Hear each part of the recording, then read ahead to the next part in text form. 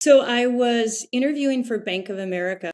I wore black St. John suit. I wore black tan Dolce& and Gabbana 4-inch heels, but I didn't wear hosiery. But I took so much time and effort into making sure I wore exactly the right thing for that interview.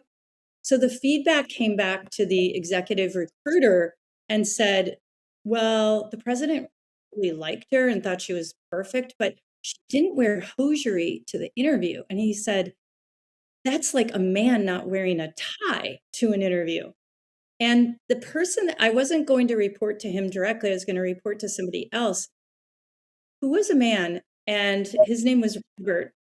Robert took his assistant out to the corner of California and Montgomery in San Francisco, and they stood out there, the two of them, for 1 hour, and they counted the number of women at that time that were wearing hosiery.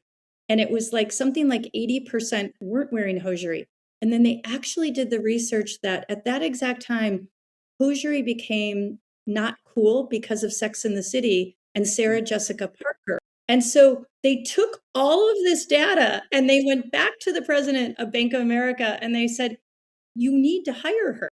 I ended up getting the job. You got the job. So I'd say, so what is that message to people? What can you pull out of that experience? Because you were strong-headed, you went for it. So give us a little insight to women if someone was to go into a position like that. What's the mindset? How should someone try to win that?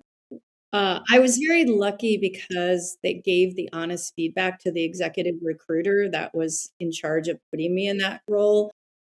For me, I've always been a strong believer that men are allies in helping women succeed.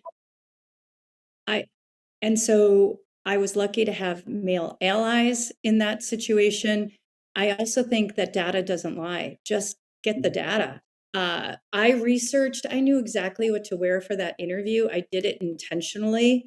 And then I had people willing to stick up for me because the data supported me and it all made sense. So I think the more research you can do and the more allies across all diversity, all genders, that you can come together and collaborate, then we all win.